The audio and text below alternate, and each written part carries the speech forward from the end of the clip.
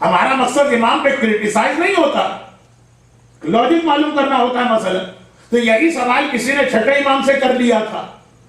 امام نے کیا کہا؟ جاؤ جا کے اس آگ میں بیٹھ جاؤ. اب اس کو معلوم ہے 100% آگ میں بیٹھنے کا مقصد نقصان، لیکن اگر مومن ہے تو وہاں رک کے یہ نہیں کہے گا مولا پہلے بینیفٹ بتائیے آگ میں بیٹھنے کا. کبھی آگ میں بیٹھنے کے بھی بینیفٹ ہوتے ہیں اگر اس کا ٹیمپریچر معقول ہو. کیا وہ سوانا اسپا، کیا سوانا میں لوگ جا کے بیٹھتے ہیں، وہی حالت ہوتی ہے جب مرغی کی اوون میں ہوتی ہے، پسینہ پسینہ ہو رہے، لیکن بینیفٹ پتا ہے جا کے بیٹھ. تو مولا آپ بھی کو بینیفٹ بتا دیجئے اس اوون میں بیٹھنے کا، بیٹھ جائیں گے. یہ نہیں کہا، فوراً جا کے مومن بیٹھ گئے. تو بعد میں پتا چل گئے کہ اگر امام کے حکم کو فالو کریں گے تو 100% نقصان بھی 100% فائدے میں بدل جائے. لیکن اس نے وہاں پہ پہلے سوال نہیں کیا. تو اول تو اسلام کہتا یہ کہ اللہ اور رسول نے حکم دے دیا، اگر ہم کو پتا ہے کہ اس میں نقصان ہے پھر بھی ہمیں عمل کرنا. یہ بینیفٹ والی بات ہی کہاں سے آ گئی؟ لیکن چلے اس کو ایک طرف رکھیں. آگر میری حکیم نے کہا benefit, what do you mean by benefit? Benefit کہتے ہیں خالی ہاتھ کی چیز کو. یہ ایک اسٹوڈنٹ جسے میڈیکل میں داخلہ لے کے ڈاکٹر بننا ہے، اتنی جو محنت کر رہا ہے، اس کا بینیفٹ اسے آج نہیں ملے. جب ڈاکٹر بن جائے گا تب ملے گا، جب وہ ڈالروں میں کھیلے گا تب ملے گا. لیکن آج اس کو زحمت اٹھانا پڑ رہی. بینیفٹ ہمیشہ ہاتھ کے ہاتھ نہیں ملتا، لیٹر اسٹیج. اب انہوں نے ایگزامپل، ایک بچہ ماں کے پیٹ میں، ایک بچہ، سارے بچے ماں کے پیٹ سے ہی تو نکل کے آئے، انکلوڈنگ می. ہم سب ماں کے پیٹ میں تھے. ہماری دنیا اس وقت کیا تھی؟ جو بھی دنیا تھی. اب وہاں پہ ہم نے دیکھا آج کل تو بچے سے کمیونیکیشن بھی شروع ہو چکا ہے لیٹسٹ ٹیکنالوجی. اب بچے نے دیکھا میں یہاں ماں کے پیٹ میں ہوں، کون سے مجھے واکنگ کرنا ہے یا جاگنگ کرنا ہے یا اس قسم کی میرے پیروں کی ضرورت کیا، بلا وجہ اتنا بوجھ میرے ساتھ ہے، کاٹو میرے پیر. اس نے ایک سرجن سے کہا کوئی لیزر ویزر ایسی پھینکو کہ ماں کو نقصان نہ پہنچے، میرے پیر کٹ جائے، فضول کی چیز میں کیوں لے کے بیٹھا. اس نے دیکھا کہ اس دنیا کے اندر مجھے کسی سے بولنا ہی نہیں. اس ماں کے پیٹ میں کون کس سے بولتا؟ یہ زبان میری بیکار ہے، پھینکو اتار کر اس زبان کو. مجھے لوگ کہتے ہیں مولانا داڑھی کا فائدہ نہیں، تو بال جو ہے نا اتنا ویٹ ہم کیوں اٹھائیں؟ پھینکیں جس کے لیے بال اتنی بھاری پڑ رہے ہیں، تو زبان داڑھی سے تو زیادہ ویٹ میں زیادہ ہے نا، کاٹ کے پھینک. آنکھیں میں دنیا میں وہاں ہے کیا دیکھنے کی چیز ماں کے پیٹ؟ تو آنکھوں کی ضرورت کیا؟ نکال پھینکو آنکھیں. اگر بچہ جس دنیا میں رہ رہا وہاں اس دنیا کے بینیفٹ سامنے رکھ کر کہے کہ ماں کے پیٹ میں نہ آنکھ کی ضرورت ہے، نہ کان کی ضرورت ہے، نہ ہاتھ کی ضرورت ہے، نہ پیر کی ضرورت، یہ سب کاٹ کے پھینکو، بیکار چیز ہے. جب اگلے مرحلے میں اس دنیا میں آئے گا تو یہ بچہ کہے گا اپنے پیرنٹ سے کہ مجھے زہر دے کے مار دو، ہاتھ پاؤں دانت زبان کے بغیر میں نہیں رہ سکتا. جو چیزیں اسے ماں کے پیٹ میں ویسٹیج لگیں گی وہ اس دنیا میں آنے کے بعد اتنی امپورٹنٹ لگیں گی کہ ان کے بغیر جو بچے پیدا ہوں گے ان کو مارنے کی بات شروع ہو جائے. ایک چل رہا ہے نا دنیا میں آرگومنٹ. ایبارشن کے اندر بھی مرحلہ آ گیا. اگر پہلے سے پتا ہے کہ بچہ ہینڈی کیپ ہے تو کیا ماں کو یہ اختیار ہے کہ ایبارشن کرائے؟ تو مطلب یہ ہوا کہ وہ جو وہاں پہ بیکار چیز تھی، کوئی بینیفٹ نہیں تھا ماں کے پیٹ میں، جس پیر کا اور ہاتھ کا اور کان کا اور ناک کا، وہ اگلی دنیا میں اتنی اہم بن رہی ہے کہ اس کے بغیر اگر بچہ پیدا ہو تو مرنے کی بات کرے. وہاں 9 مہینے بچہ رہا، 9 مہینے میں بھی ہاتھ پیر تو 3-4 مہینے کے ہیں. ماں کے پیٹ میں پہلے دن ہاتھ پیر نہیں بنتے ہیں. کچھ جن بھوت ہوگا تو الگ بات ہے، ایک نارمل انسان کے بچے کے تو نہیں ہے. وہاں 4-5 مہینے میں جو چیزیں بیکار لگ رہی، وہ جب دنیا میں آیا تو پتا چلا یہاں کی 70 سال کی زندگی میں یہ کتنی اہم چیز بن رہی. اور کوئی چیز یہاں 70 سال میں آپ کو بیکار لگ رہی ہے، وہ قبر اور قیامت کے ملین سالوں میں اتنی اہم لگے گی کہ اگر اس کے بغیر آپ وہاں گئے تو آپ کہیں گے اس سے بہتر ہے کہ میں مر جاؤں، چنانچہ جہنم میں پھینک دیا جائے. نعرہ حیدری، محمد والے محمد صلوات. تو میں کہنا یہ چاہ رہا ہوں کہ جب تک کہ ہمیں انسانی زندگی ہر اسٹیج کی ڈیٹیل بتانا ہو، ایک اسٹیج پہ جو چیز بیکار ہے، ایک فیز، تو ہم وہاں نہیں توڑ سکتے یا کاٹ نہیں سکتے جب تک کہ ہمیں سیکنڈ فیز کا پتہ نہ ہو.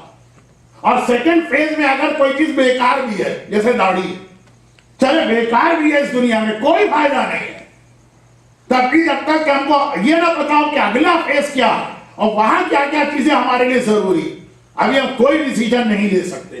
اور مومن کی زندگی میں تو ایک ایکسٹرا فیز بھی شامل ہے، اور وہ ہے ظہور امام۔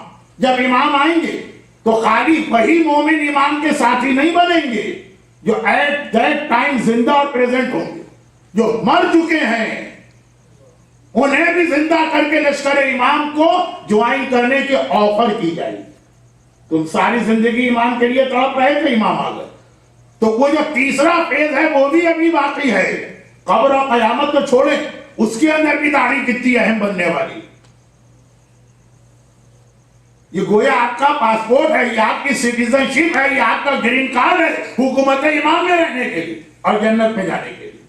تو بینیفٹ خالی ایک مرحلے کو دیکھ کے نہیں کیے جاتے، اور یہی وجہ کہ امام کے کمپینین کی سب سے پہلی خاصیت یہ بتائیے کہ وہ کسی چیز کے اوپر آرگو نہیں کرتا ہے، کسی چیز کے اوپر بحث نہیں کرتا۔ کچھ لوگ مجھے آج نئے نظر آ رہے ہیں، اگرچہ میرا اندازہ ہے کہ آنے والے 2 دن یہ بیچارے نہیں آ پائیں گے ورکنگ ڈے کی وجہ سے، مگر بہرحال آج تو آ گئے ہیں نا، تو ایک چیز ایک جملہ میں ریپیٹ کرتا ہوں ان لوگوں کی پرمیشن سے جو پہلی رمضان سے میری تقریریں سن رہے ہیں، وہ یہ کہ جب امام یہاں آئیں گے تو امام کی فوج کے 2 حصے ہوں گے۔ ایک ہوں گے 313 جو امام کی فوج کے کمانڈرز ہوں گے، اور باقی ہوگی 10,000 کی آرمی، اور آرمی بڑھتی جائے گی۔ یہ ہوں گے عام سنسیئر مومن۔ تو جو 313 ان کا کرائیٹیریا تو اتنا اونچا کہ ان کے تو دماغ میں بھی کبھی کوئی چیز نہ اگینسٹ امام آئے گی نہ اگینسٹ اسلام آئے گی، تو بہت ہی اونچا کرائیٹیریا۔ ورنہ اسلام نے ہمارے اور آپ کے ایکشن کو حرام کہا ہے، جو دماغ میں خیال آتے جاتے وہ حرام نہیں۔ کبھی ہو سکتا ہے کسی کے دل میں اللہ کے بارے میں بھی ڈاؤٹ آ جائے، عقیدہ نہ بنے، خیال آ گئے، معاف ہے۔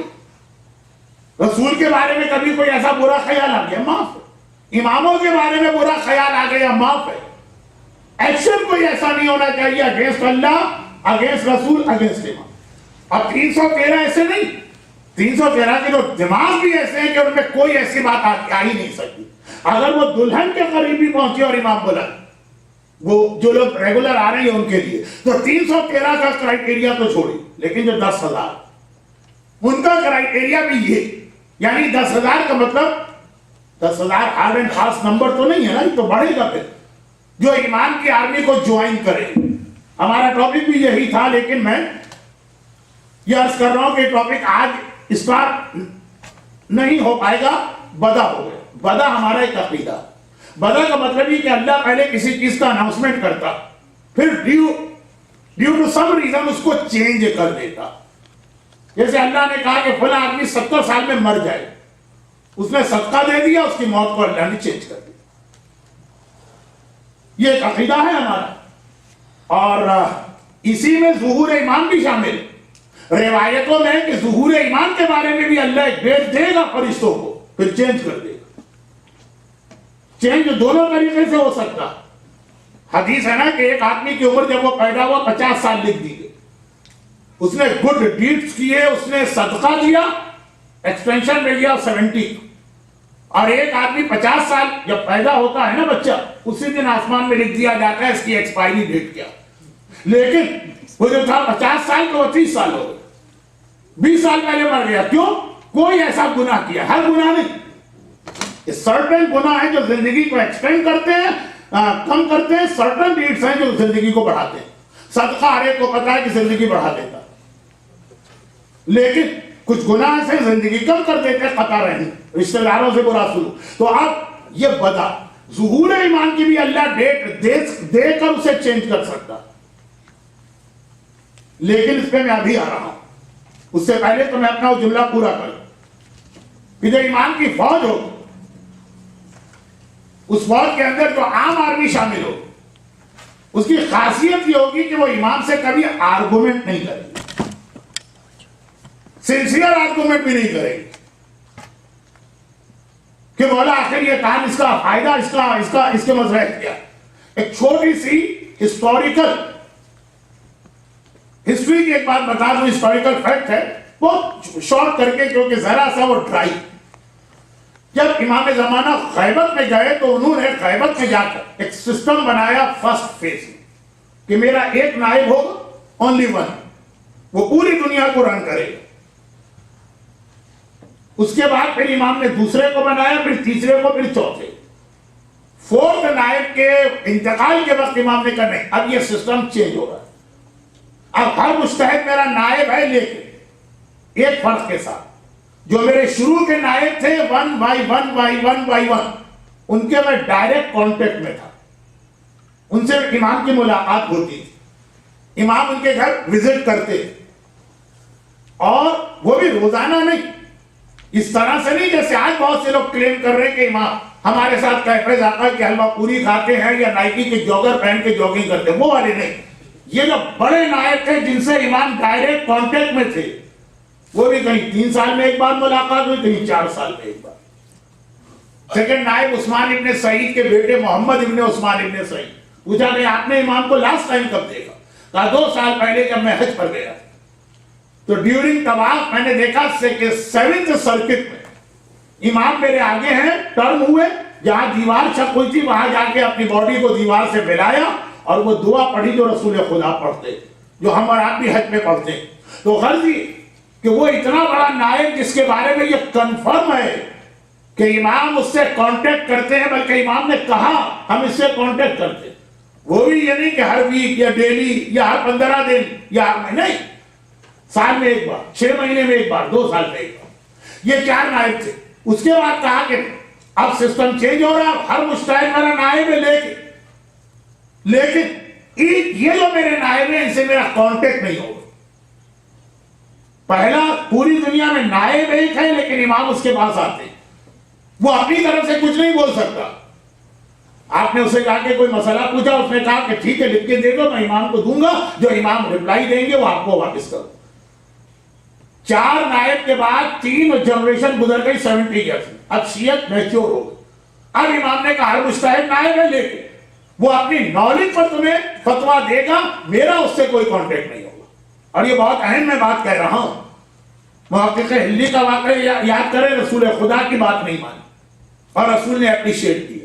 علامہ ہلی کا واقعہ یاد کریں, امام کی بات نہیں مانی اور امام نے اپریشیٹ کیا.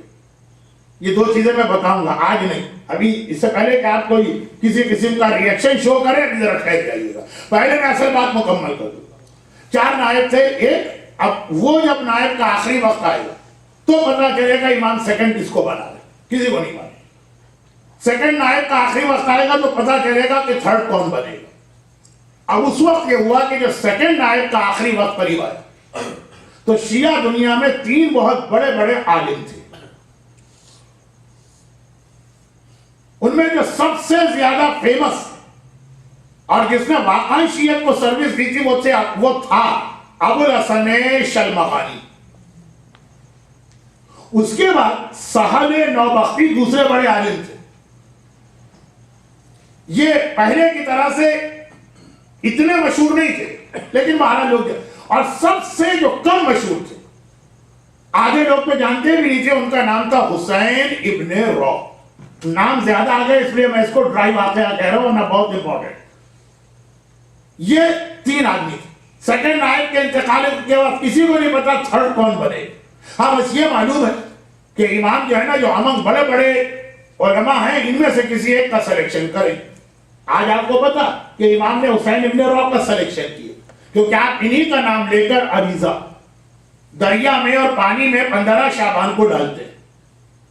وہ بھی سوال کریں کہ 15 شعبان کو کیوں آپ عریضہ ڈالتے ہیں؟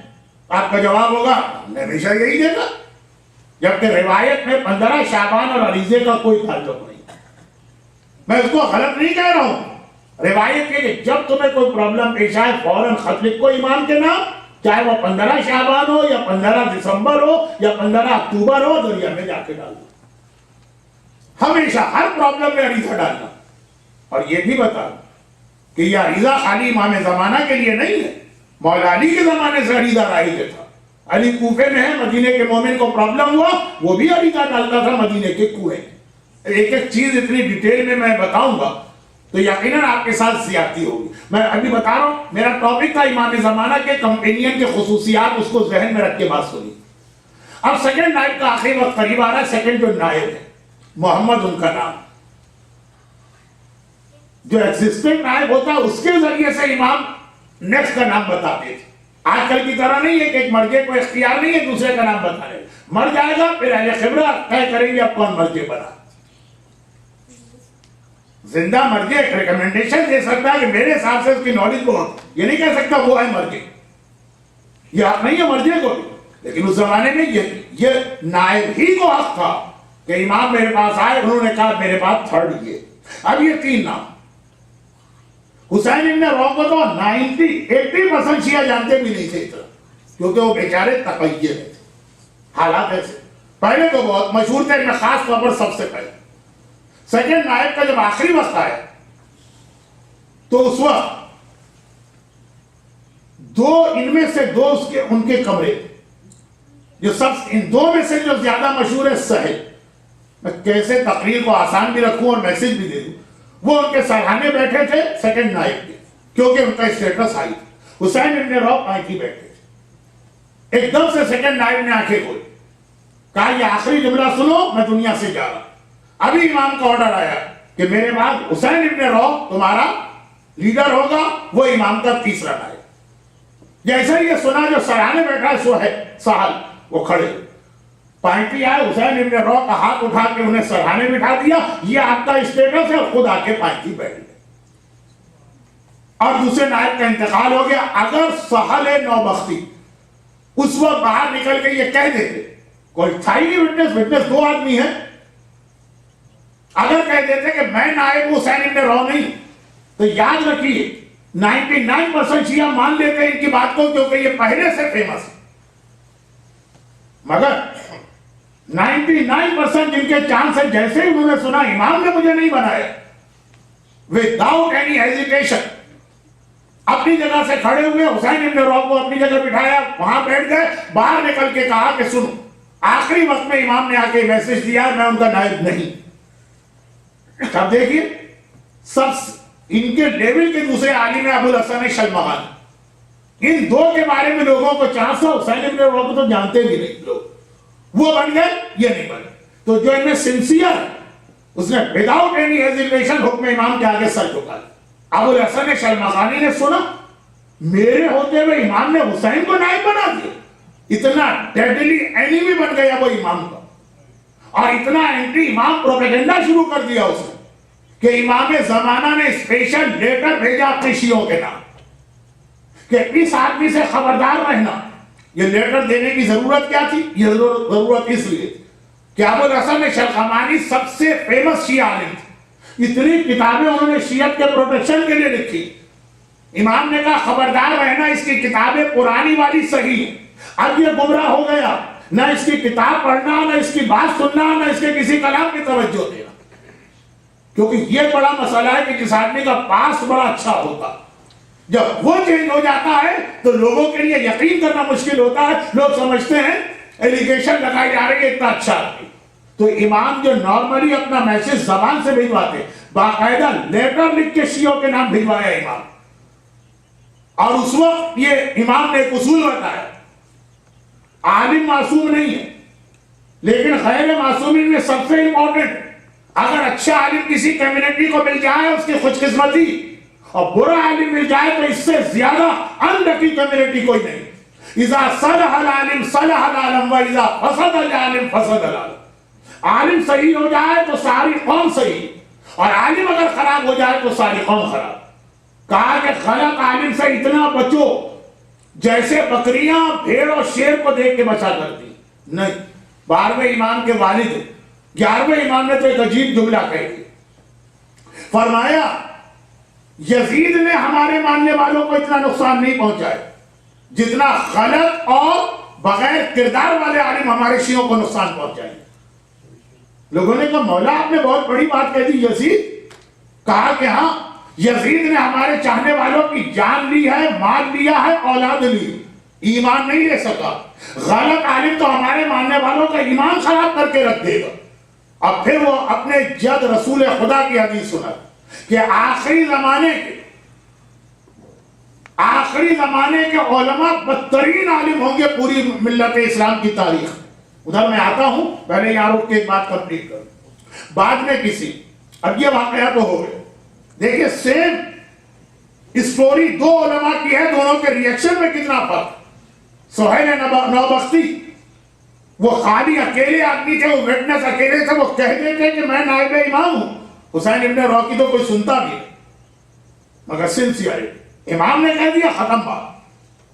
بعد میں کسی نے, ایسے لوگ تو تھے اسلامی شیعہ دنیا جن کا کام تھا اس قسم کے افیکٹڈ لوگوں ایکسپلائٹ کریں. ابو الحسن شلمغانی ایکسپلائٹ ہو گئے, امام کے اگینسٹ کتابیں لکھنا شروع کر. ہندوستان کے کچھ علاقوں وہ علماء ہیں اس وقت ہمارے سامنے, انتقال ہو گیا, جنہوں نے مدرسے کے بچوں کو 3 جنریشن کو مدرسے میں سکھا کے تقلید کرائی کہ تقلید حرام. اور جب بدلے تو ایسا بدلے کہ آج سب سے بڑے دشمن تقلید وہ ہے اخباریت, مذہب کو نئی زندگی دینے والے. تو جب عالم چینج ہو جاتا ہے نا, تو جو اس نے کام کیا اس پہ اس طرح سے وہ پانی پھیرتا. ابو الحسن شلمغانی, سہیل نوبختی, ان کے بعد بھی لوگ جو اینٹی امام کہ بھائی رائٹ اس کا بن رہا اور امام نے کسی اور کو بنا دیا, اس وقت غصے میں ہو. کہا کہ پہلے تم اتنے بڑے, اتنے فیمس, تم نے اتنی سروسز دی شیعت اور امام زمانہ کو, اور امام نے نائب بنا دیا حسین ابن رو کو. آخر کیوں؟ کہا سنو, 2 باتیں سنو. پہلی بات تو یہ کہ میں امام کا جذباتی ماننے والا ہوں, حسین ابن رو امام کے حقیقی ماننے والے. اگر کوئی مجھے جوش دلا کے مجھ سے پوچھے تمہارا امام کہاں, کوئی مجھے جوش دلا کے میں بتا دوں گا اگر مجھے امام کی جگہ معلوم ہو. حسین ابن رو کے کو ٹکڑے بھی کر دے گا, وہ امام کا راز کسی کو نہیں بتائے. اور دوسری بات یہ سنو, تم ہو کون مجھ سے یہ کہنے والے, اور میں ہوں کون امام سے پوچھنے والا کہ مولا آپ نے مجھے کیوں نہ بنایا, ان کو بنا دیا. میں ان کا امام نہیں ہوں, وہ میرے امام ہیں. جو وہ کہیں گے میرا کام ہے آنکھیں بند کر کے اس کے سامنے سر جھکا دینا. یہ سہیل نوبختی ہیں, امام زمانہ کے 313 میں بند. ایسا مومن چاہیے امام کو. دوسری کوالٹی, موت سے نہیں ڈرتا, یہ بات ہوگی. دوسری کوالٹی جو ہر چیز میں یہ کہے میں امام نہیں ہوں, وہ میرے امام ہے. مجھے حق کیا ہے ان سے پوچھنے کا کہ مولا آپ نے کیوں کیا, جو انہوں نے کیا وہ صحیح کیا, برحق کیا. یاد ہے نا آپ کو علی ابن یقین, کیوں امام 7ویں امام علی ابن یقین کا اتنا تذکرہ کرتے ہیں, اتنا پریز کرتے ہیں, جبکہ علی ابن یقین کو تو شک میں آ جانا چاہیے. ایک بات یاد رکھیے, 7ویں امام کی امامت سب سے زیادہ ڈاؤٹ والی اور سسپیشیس امامت تھی. نعوذ باللہ, عقیدے کے اعتبار سے بات نہیں کر رہا. جب 7ویں امام بنے نا, تو ان کے بڑے بھائی نے کہہ دیا کہ میرا چھوٹا بھائی جھوٹ بول رہا, میں اصل امام ہوں. یہ کہاں سے آ گیا امام؟ شیعت کے کسی مسئلے میں القاعدہ انوالو ہو جائے تو ہم کہیں گے یہ ہیں کون بولنے والے. طالبان انوالو ہو جائے تمہارا مرجع یہ نہیں, یہ ہونا چاہیے, ہم کیا بات مانیں گے؟ اگر BBC نیوز دے دے کہ نیا مرجع یہ, کیا ہم بات مانیں گے؟ لیکن اگر خود امام کا, چھٹے امام کا بڑا بیٹا کہے کہ میرا چھوٹا بھائی جھوٹ بول رہا ہے, وہ لعنت میں آ گیا ہے, امام میں ہوں, میں اس کا بڑا بھائی ہوں. بڑے بھائی کے ہوتے ہوئے کبھی چھوٹے کو امامت نہیں ملتی ہے. عام شیعوں کی کیا حالت ہوئی ہوگی. ہم بہت بچے رہے اس پرابلم سے جو معصومین کے زمانے میں تھا کہ نیا امام پہچانے کیسے. آج آپ نے اپنے بچوں کو 12 امام کے نام رکھا دیے, اس وقت یہ مسئلہ اتنا آسان نہیں. تو 7ویں امام کی امامت کے بارے میں شیعہ بھی اس لیے ذرا سے شک میں تھے کہ ان کے اپنے بڑے بھائی کہہ رہے ہیں. کوئی بنو امیہ نہیں آئے, کوئی بنو عباس نہیں آئے, کوئی یزید نہیں آیا, کوئی معاویہ نہیں آیا, بڑا بھائی کہہ رہا ہے چھوٹے بھائی کے بارے میں. اور پھر علی ابن یقین نے امام کو خط لکھ دی. 7ویں امام کو مولا وضو کیسے کر, امام نے بالکل غلط وضو کا طریقہ ان کو بتا دیا. نعوذ باللہ, میں نہیں کہہ رہا, بھولے سے بتا دیا, واقعی آپ کو معلوم ہوگا. علی ابن یقین اپنی آنکھوں سے دیکھا تھا چھٹے امام کو وضو کرتے ہوئے, یہ ان کے شاگرد تھے چھٹے امام. ایک آدھ بار نہیں, سالوں دیکھا تھا 5ویں امام کیسا وضو کرتے ہیں, چھٹے امام کیسا وضو کرتے ہیں. قرآن پڑھا, حدیث پڑھی, آنکھوں سے دیکھا. 7واں کہہ رہا ہے ایسا وضو نہ کرو, ایسا وضو کرو. مولا میں نے اپنی آنکھوں سے آپ کے بابا کو وضو کرتے بھی دیکھا, وضو کا طریقہ سکھاتے ہوئے بھی دیکھا, وضو سناتے ہوئے بھی دیکھا. مگر یہ مومن کا کام نہیں. آج ساتھ میں امام نے یہ کہا آج سے میں ویسے ہی وضو کروں. ایک ہفتے کے بعد خط آ گیا وضو بدلو وہی پرانا والا کرو. نہ پہلے خط پر اعتراض کیا کہ یہ نیا طریقہ آپ کہاں سے لے کے آ گئے, نہ دوسرے خط پر اعتراض کیا مولا وضو اللہ کی عبادت ہے, کوئی کھیل نہیں ہے, آج ایسے اور کل ویسے نہیں. جو امام نے جب کہا, اگر واقعا امام کہہ دے کہ اس وقت دن ہے تو ہم مان لیں گے. امام ایسی بات کہیں گے نہیں, لیکن میں سمجھانے کے لیے, یہ ہمارے سامنے تاریخ میں آیا. سہل نوبختی کہا مجھے حق کیا ہے امام سے ہی پوچھنے کا کہ مولا آپ نے مجھے کیوں نہیں بنایا نائب, وہ میرے امام ہے, وہ میرے آقا, جو کہیں مجھے ماننا ہے. امام زمانہ کی فوج کی سب سے بڑی خصوصیت یہ, حکم امام کے آگے نو آرگومنٹ, حکم امام کے آگے کوئی بحث نہیں, جو کہہ دیا امام نے آنکھیں بند کر کے مان. اور ایسا ہی شیعہ امام کو چاہیے. جس واقعے پہ آج کی مجلس ختم کر رہا ہوں, بس حتی الامکان میں نے اپنے وعدے کو پورا کیا, لیکن ذرا سا شب قدر کا تھوڑا بیان آ گیا تو 5 منٹ زیادہ لگے. یہ واقعہ میں نے اتنا پڑھا کہ بچے کو زبانی یاد ہے, پھر بھی پڑھ رہا ہوں, کیونکہ اس کے اندر آخری جملہ یہ کہ امام نے, چھٹے امام نے کہا مجھے ایسا شیعہ چاہیے, جیسا شیعہ چھٹے امام کو چاہیے وہی امام زمانہ کی فوج کا سپاہی. بس ایک جملہ سنیے واقعہ لیکن مختصر کر. امام کی خدمت میں ابو بصیر بیٹھے. ابو بصیر نے ہمیں بتایا کہ ہاؤ ٹو ریکوگنائز رائٹ امام, کیونکہ ابو بصیر اس وقت زندہ تھے جب چھٹے امام شہید ہوئے تھے. تو بھائیوں کے اندر اختلاف ہو گیا, بڑا کہتا ہے میں امام ہوں, چھوٹا کہتا ہے میں امام. اور ابو بصیر نے پہچانا کہ صحیح امام کون ہے. یہ واقعہ بعد میں آئے گا, ابھی ہماری 3 تقاریر باقی اگر زندگی رہی تو خلاصہ یہ کہ وہ کہتے کہ میں بیٹھا ہوں, دروازے پہ نوکی ہوئی, غلام نے آ کر کہا مولا ام خالد آئی. اچھا ان کا نام بھی اس لسٹ میں ہے جو 313 میں 13 عورتیں, سب کے لیے نہیں, جو میری ان تقاریر کو فالو اپ کر رہے ہیں. ایک نام یہ ام خالد کا بھی ہے, ایک نام تو پہلے آ چکا ہے سیانہ, ہسقیل کی بیوی, اور دوسرا نام یہ, اور ان کا واقعہ بھی یہ ہے ساتھ. مولا ام خالد آئی. ٹائم ایسا ٹائم ہے کہ جو امام نے اپنے خاص اسٹوڈنٹ کے لیے رکھا, لیکن ام خالد کا نام سنا, اچھا لے کر سر سے پیر تک پورے اسلامی حجاب کے اندر. کہا مولا میں بہت دنوں سے بیمار ہوں, اور بہت تکلیف والی بیماری ہے. بعض بیماریوں میں اتنا پین ہوتا ہے کہ آدمی کہہ دیتا ہے مر جانا بہتر, موت کسی کو نہیں چاہیے, لیکن بعض تکلیف ہوئے کہ مجھے مار دو. جو آج کل ساری دنیا میڈیکل ایتھکس کے حوالے سے ایک بحث چل رہی کہ اگر پیشنٹ کے ریکویسٹ کرے یا پٹیشن کرے تو کیا یہ مرسی کلنگ جائز ہے کہ جائز نہیں, پوری دنیا میں بحث. تو خیر خلاصہ یہ ہے کہ اتنی تکلیف تھی ان کو ام خالد کو, لیکن چونکہ روایت میں ہے کہ بیماری بھی اللہ کا ایک گفٹ ہے. ایک رات کی تکلیف آدمی کے 70,000 گنا معاف کرا دیتی. تو کہا مولا میں صبر کر رہی ہوں, اس سے پہلے امام کے پاس بھی کوئی کمپلین لے کے نہیں ہے, لیکن مولا پرابلم یہ ہوا کہ سیم بیماری دوسروں کو ہی مدینے میں, سیم وہی ڈاکٹر ان کے تھے جو میرے تھے, وہ ٹھیک ہو گئے, میں اسی بیمار کی بیمار رہی. تو میں نے جا کے ڈاکٹر سے سوال کیا, امام زمانہ سے تو ہمیں پوچھنے کا کوئی حق نہیں کہ مولا وہ شرابی ہے, اس کا گھر تو آپ نے دولت سے بھر دیا, ہم دن رات آپ کی نمازیں پڑھتے ہیں اور دعائیں سلامتی امام مانگتے ہیں, ہمارے کریڈٹ کرنا چاہتے, ہمیں کوئی حق نہیں ہے پوچھنے کا, ہم امام سے ہی پوچھتے ہیں. لیکن ڈاکٹر سے پوچھنے کا حق ہے گئی کہ اے مدینے کے طبیبوں, وہ بیماری اس کو بھی ہو, یہ بیماری مجھے بھی ہو, وہ ٹھیک ہو گیا, میری تکلیف بڑھتی جا رہی. اب اگر ڈاکٹر ایک جواب دے دے تب بھی ٹھیک ہے, تو بھائی تمہیں لگ رہا ہے کہ سیم سمپٹمز ہیں لیکن یہ الگ الگ چیز. میں ڈائبیٹک پیشنٹ ہوں, مجھے پتا ہے کہ 36 قسموں کی ڈائبیٹک ہوتی ہے. جو میری ڈائبیٹک ہے وہ آپ کی نہیں ہے, آپ کے لیے جو چیز نقصان دہ میرے لیے نقصان دہ نہیں.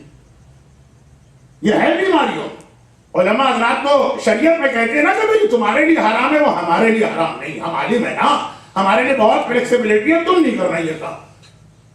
لیکن خیر وہاں تو یہ بالکل الٹا مسئلہ, بہت سی چیزیں عام آدمیوں کے لیے حلال ہے, عالم کے لیے حرام ہے, جو نبوت میں جا کے ترک اولا بنتی. خیر اس کو روکیے, ابھی میں کہاں جا رہا ہوں.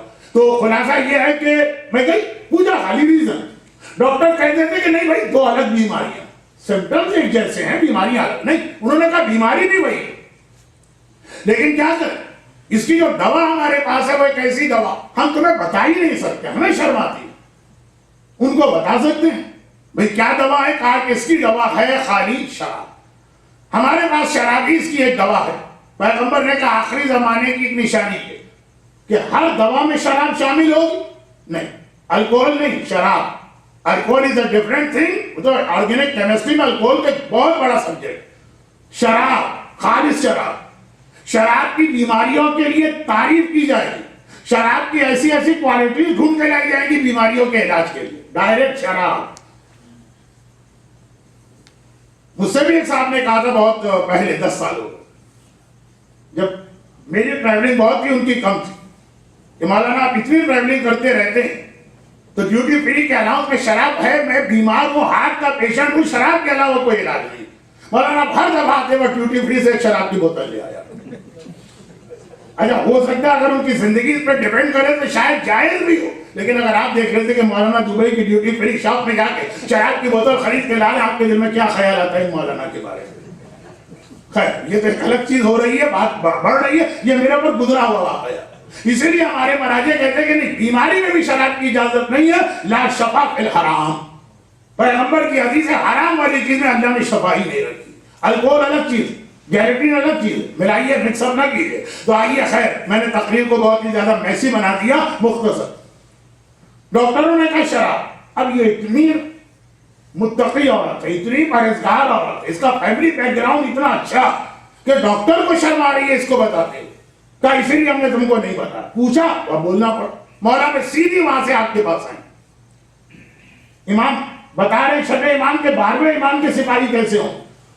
کہا جب سارے ڈاکٹر نے ایک ہی بات کہی، چلیے ایک نے کہی ہو تو سیکنڈ اوپینین میں بدل جاتا، سیکنڈ اوپینین یا تھرڈ اوپینین یا فورتھ اوپینین لیا، سب ایک ہی بات کہہ رہے تو میرے پاس کیوں آئی؟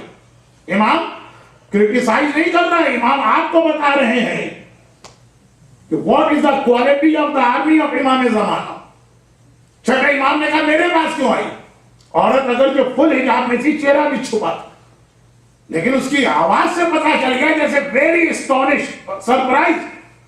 کہا مولا میں نے اپنا امام آپ کو مانا، ڈاکٹروں کو نہیں مانا.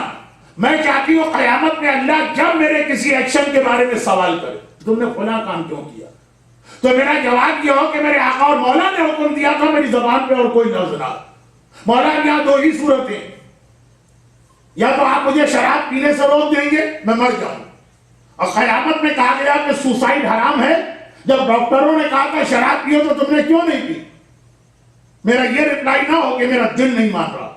لیکن آج بھی بہت سی چیزیں ایسی ہیں کہ اگر اسلام جائز کر دے، اگر کہہ دیا جائے مجھ سے کہ داڑھی منڈوانا جائز ہے، میں بہت سے ریلیجیس نوجوان پھر بھی گھبرا جائیں گے، نہیں منڈوائی جائے گی داڑھی.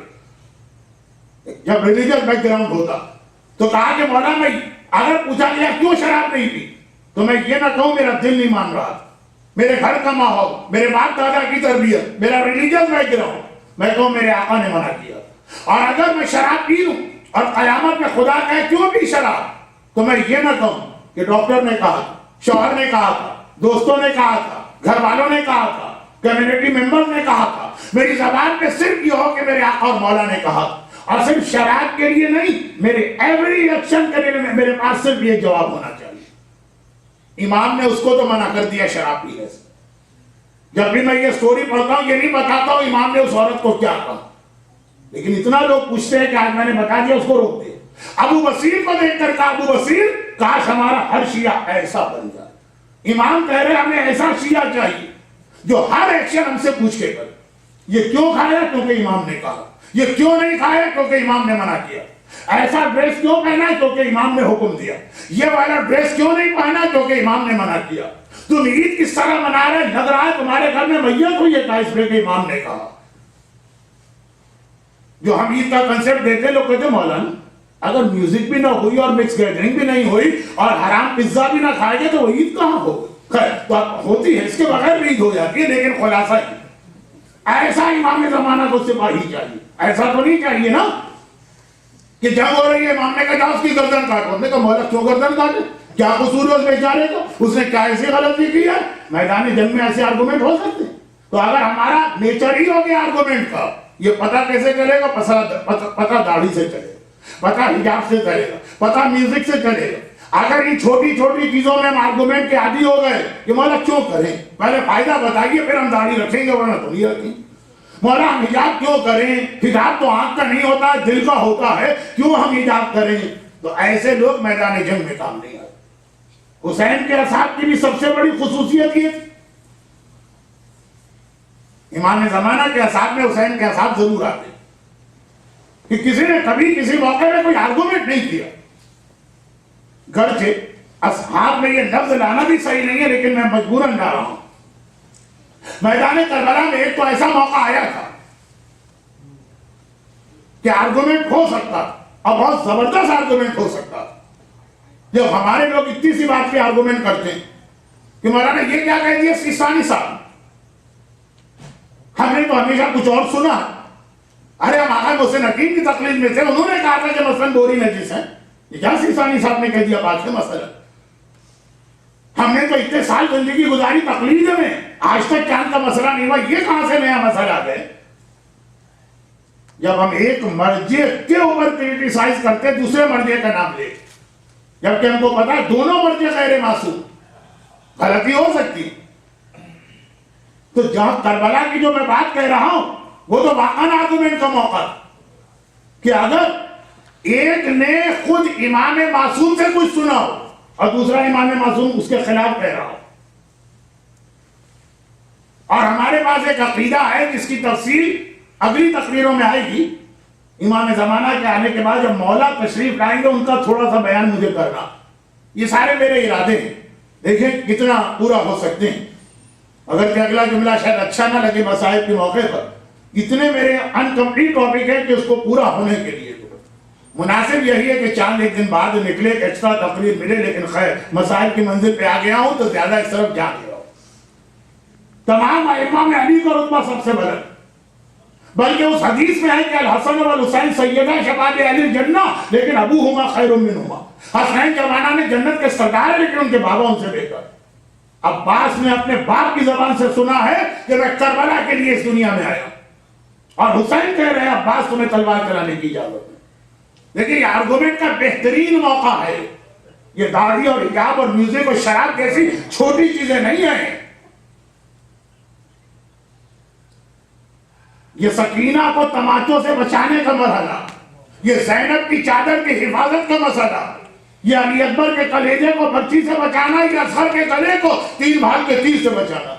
عباس اگر اپنے بابا کی نصیحت پہ عمل کرتے وصیت پر تو اپنے لیے تلوار نہیں چلاتے، اصغر کو حرملہ سے بچاتے، اپنے لیے تلوار نہیں چلاتے، ننھی سکینہ کو شمر کے تماچوں سے بچاتے۔ علی کی بات بیچ میں آتی ہے، میں نے خود اپنے بابا سے سنا کہ بابا کہتا ہے کہ میں نے تو عباس کو کربلا کے لیے مانگا، اور حسین کہہ رہے نہیں عباس کربلا میں سب تلوار چلائیں گے، تم نہیں چلا سکتے۔ اپنا کوئی فائدہ نہیں، اہل بیت کے خاطر آرگومنٹ ہو سکتا ہے، لیکن عباس نے وہاں بھی آرگومنٹ نہیں کیا۔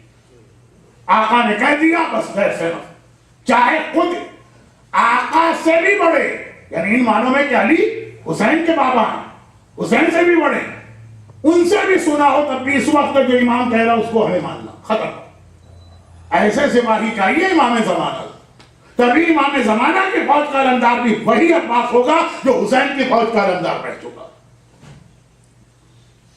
لیکن یہ جملہ اتنا آسان نہیں ہے، یعنی ایسے موقع پہ اپنے آپ پہ کنٹرول کرنا، ہماری جائیداد نکل رہی ہے اور ہم کنٹرول کریں تو آسان، ہماری دولت ہاتھ سے نکل رہی ہے کنٹرول کریں تو آسان، لیکن اہل بیت کے اطہار پہ ظلم ہو رہے ہوں ہم روک سکتے ہو، حکم امام سے خاموش ہو جائے، یہ بہت مشکل مرحلہ ہے۔ عباس حکم امام سے خاموش تو ہو گئے، لیکن عباس پہ گزر کیا رہی ہے یہ بھی عباس نے بتا دیا۔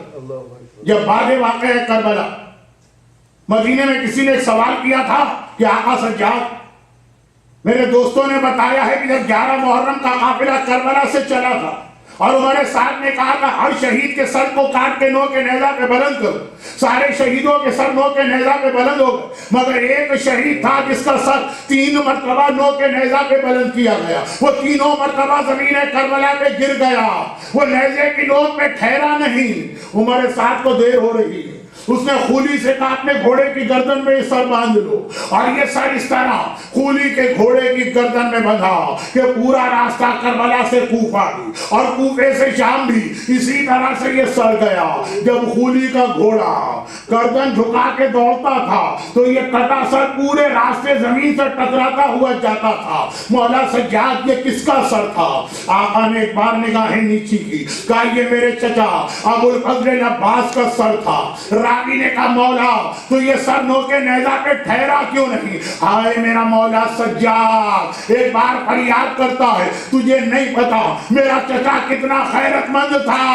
وہ یہ منظر کیسے برداشت کرے کہ کوفہ و شام کے بازار ہیں، علی کی بیٹیاں ہیں، اور وہ نو کے نیزہ سے یہ منظر دیکھے کہ نامحرموں کی نگاہیں زینب کے کھلے بالوں پہ پڑ. الا ولعنۃ اللہ علی اعدائهم اجمعین وسیعلم الذین ظلموا ای منقلب ینقلبون. خداوندہ تجھے باب الحوائج ابو الفضل عباس کا واسطہ، ہر ایک کی حاجت پوری کرنے والا عباس، دنیا بھر میں جتنے مظلوم شیعان حیدر کرار ہیں، عباس علمدار کا واسطہ، ان کی مظلومیت میں ان کی مدد فرما کے ظالموں کو نیست و نابود فرما.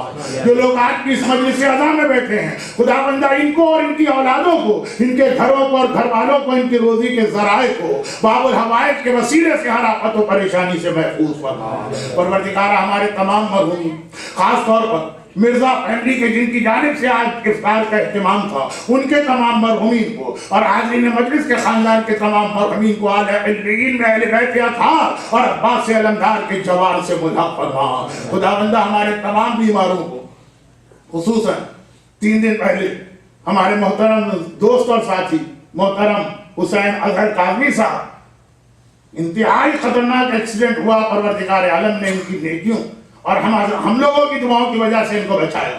اب تک یہ اس آفٹر ایفیکٹس میں ہیں، خداوندہ ان کو اور پھر محترم حیدر زاہد اور خاص طور پر جو 2 دن سے دعا ہو رہی ہے جعفر مرزا صاحب کے پوتے محمد علی مرزا کے لیے، خداوندہ ان سب کو شفائے کاملہ عطا فرما.